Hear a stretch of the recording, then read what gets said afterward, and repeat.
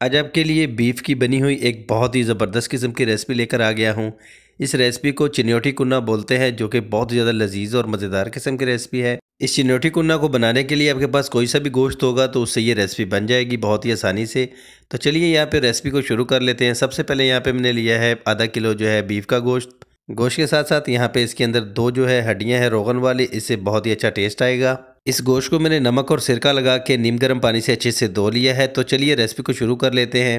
एक यहाँ पे मिट्टी की हांडी है मेरे पास। ये रेसिपी बनती ही मिट्टी की हांडी में। अगर आप इसको किसी और चीज़ में बनाना चाहते हैं तो तब भी ये बन जाएगी, लेकिन टेस्ट उतना अच्छा नहीं आएगा। तो एक कप यहाँ पे मैंने ऑयल इसके अंदर शामिल किया है और एक अदद जो प्याज है दरमियाने साइज़ की, ये मैंने इसके अंदर शामिल कर दिया है। प्याज को आपने मीडियम साइज़ में चॉप कर लेना है। चॉप करके इसके अंदर आपने फ्राई कर लेना है। बस हल्का सा कलर आने के बाद इसके अंदर आपने गोश्त को शामिल कर देना है।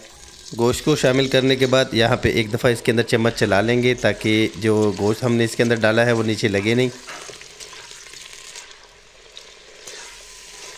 अब यहाँ पे इसके अंदर शामिल कर लेते हैं 1 टेबलस्पून कुटा हुआ लहसुन और 1 टेबलस्पून इसके अंदर अदरक शामिल कर लेते हैं। लहसुन अदरक के साथ इसको अच्छे से मिक्स कर लेंगे और इसके साथ इसकी थोड़ी सी बुनाई करेंगे। तकरीबन यहाँ पे 10 मिनट के लिए इसकी हमने बुनाई कर लेनी है और 10 मिनट बाद जो है यहाँ पे हम इसके अंदर कुछ मसाले ऐड करेंगे। हाफ़ टेबल स्पून यहाँ पे मैं नमक शामिल कर रहा हूँ। 1 टेबल स्पून इसके अंदर पिसा हुआ धनिया शामिल कर रहा हूँ। 1 टेबल स्पून यहाँ पे लाल मिर्च पाउडर शामिल कर देंगे और यहाँ पे आखिर में इसके अंदर शामिल करेंगे हल्दी। हल्दी यहाँ पे 1 टीस्पून के करीब लेंगे। अब मसालों की यहाँ पे थोड़ी सी बुनाई कर लेंगे इस गोश्त के साथ तकरीबन 2 से 3 मिनट के लिए। मसालों की बुनाई हो लेने के बाद इसके बाद हम इसके अंदर शामिल करने वाले हैं यहाँ पे पानी। तो यहाँ पे मैं इसके अंदर 2 गिलास जो है पानी के शामिल कर दूँगा। पानी शामिल करने के बाद यहाँ पे इसको हमने अच्छे से कवर कर देना है। तो तकरीबन यहाँ पे 1 घंटे के लिए इसको कवर कर देंगे और मीडियम आंच पर इसको पकाएंगे।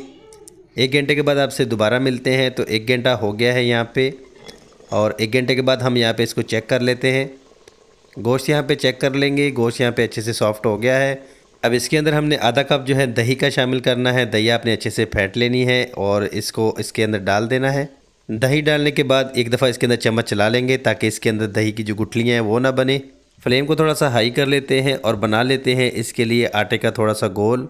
किसी भी बर्तन के अंदर आपने 2 टेबल स्पून जो है घर का जो नॉर्मल आटा है वो आपने डाल लेना है और इसके अंदर आपने पानी शामिल कर देना है तकरीबन आधे कप के करीब। पानी शामिल करने के बाद इसको अच्छे से आपने फेंट लेना है ताकि इसके अंदर आटा जो है सारा अच्छे से मिक्स हो जाए। आटे को हमने पानी के अंदर अच्छे से मिक्स कर लिया है। तो चलते हैं अब वापस हांडिये की तरफ। हांडिये के अंदर इसको डाल देंगे और चूल्हे की आंच को यहाँ पे थोड़ा सा कम कर देंगे और चम्मच चला लेंगे इसके अंदर। और यहाँ पे सिर्फ एक चीज़ रह गई है जिससे इस रेसिपी का पूरा टेस्ट बनता है। यहाँ पे जायफल, जावित्री और दालचीनी जो है मैंने पीस ली है। 1 टीस्पून यहाँ पे इसके अंदर शामिल की है और तकरीबन 8 से 10 मिनट के लिए मीडियम फ्लेम पे इसको पका लेंगे।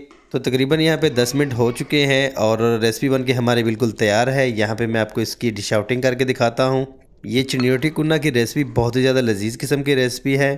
इस रेसिपी को आपने एक दफ़ा ज़रूर ट्राई करना है। और यहाँ पे इसके अंदर बारीक कटी हुई मैंने अदरक शामिल कर दी है और गोश्त भी अच्छे से सॉफ्ट हो गया है। तो मैं आपके लिए इसी तरह की अच्छी अच्छी रेसिपी ला के देता रहता हूँ। वीडियो अच्छी लगी हो तो हमारे चैनल को सब्सक्राइब कर दें, लाइक भी कर दें और बेल आइकन पे भी प्रेस कर दें। मिलते हैं फिर किसी अच्छी सी वीडियो के साथ नेक्स्ट वीडियो के लिए। अल्लाह हाफिज़।